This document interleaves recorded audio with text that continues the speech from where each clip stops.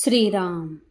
साधक हो, सध्या आपण सोमवार ते शनिवार श्री ब्रह्मचैतन्य गोंदवलेकर महाराज यांच्या परंपरेतील साखरखेर्डा येथील संत परमपूज्य श्री प्रल्हाद महाराज यांचे श्री देवीदास अमृत मोहरील लिखित संक्षिप्त चरित्राचा आस्वाद घेत आहोत. तसेच रविवारी श्री महाराजांच्या काही भक्तांचे अनुभव ऐकणार आहोत. श्री रामानंद महाराजांच्या शब्दासाठी त्यांनी खरोखर प्राणाची पर्वा केली नव्हती. गुरु माऊलीच्या आज्ञेने गृहदानाबरोबर सर्वस्वाचं दान केलं. त्याहीपेक्षा रामरायाचं तीर्थ घेतल्याशिवाय पाणीही न प्राशन करण्याची गुरुमाऊलींची आज्ञा शिरसावंद्य करून चौथ्या दिवशी राम सापडेपर्यंत व परत दुसऱ्या दिवशी त्यांची प्राणप्रतिष्ठा व पूजा होऊन त्यांचं तीर्थ घेईपर्यंत त्यांच्या या भक्तराजांनी पाण्याचा थेंबसुद्धा प्राशन न करून आज्ञेचं तंतोतंत पालन केलं. सर्वस्वाचं दान करताना प्राणपणाला लागले नव्हते, परंतु ही आज्ञा पाळताना मात्र प्राणाची आहुती पडण्याची शक्यता निर्माण झाली होती. वैशाखाचा प्रखर उन्हाळा, त्यातून रामाच्या शोधासाठी केलेली पायपीट आणि घसा मिळून येऊन वाचा बंद झाली, तरीही त्यांचा हा निर्धार ढळला नाही. गुरु आज्ञेचं पालन प्राणाचे मोल देऊनही पूर्ण करण्याचा निश्चयच होता या योगी राजाचा, या भक्तराज शिरोमणीचा, या रामदासाचा.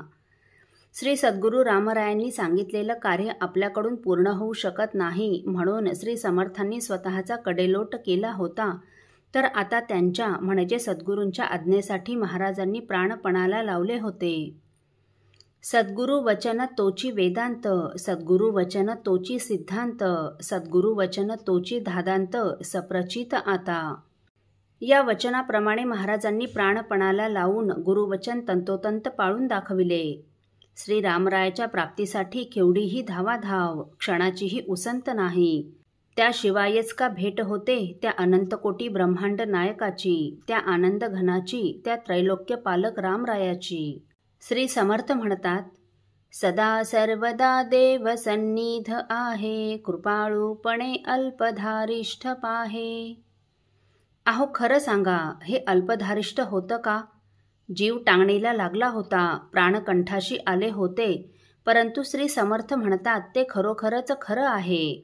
खरं असलंच पाहिजे ते का व कसं बरं खोटं सांगतील? अहो हे सर्व आमच्या सामान्य माणसांच्या दृष्टीतून, परंतु ज्यांनी तद्रूपता साधली आहे, जे खऱ्या अर्थाने भक्त आहेत, जे देवापासून कधीच विभक्त होत नाहीत, सदा सर्वदा सर्व काळ सर्वत्र तो राम, तो देव अखंड त्यांच्या जवळ आहे, हृदयात आहे, असा ज्यांचा दृढ विश्वास असतो, त्यासाठी हे धारिष्ट अल्पच आहे ना. त्यांची तो कधीच उपेक्षा करीत नाही. अहो महाराज नेहमी म्हणायचे, आज त्याच्याकडे आपली पाठ असताना जर तो आपला सांभाळ करतो, तर त्याला प्रेमाने हाक मारल्यावर तो धावून येणार नाही का?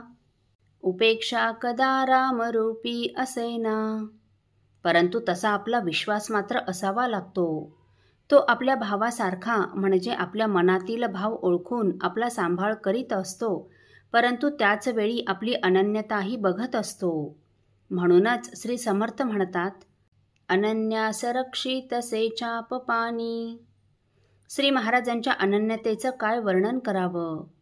अहो त्यांच्या वडील भावाचे परमस्नेही श्री महाराजांपेक्षा 8-10 वर्षांनी वडील असणारे आबाराव देशपांडे यांनी श्री महाराजांची आरती केली.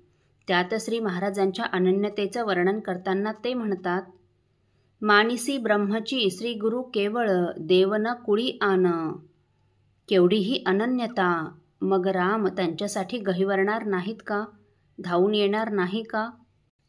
असो, रामरायांनी अगदी अनपेक्षितपणे घेतलेल्या या परीक्षेत महाराज प्रथम श्रेणीत प्रथम क्रमांकाने उत्तीर्ण झाले होते.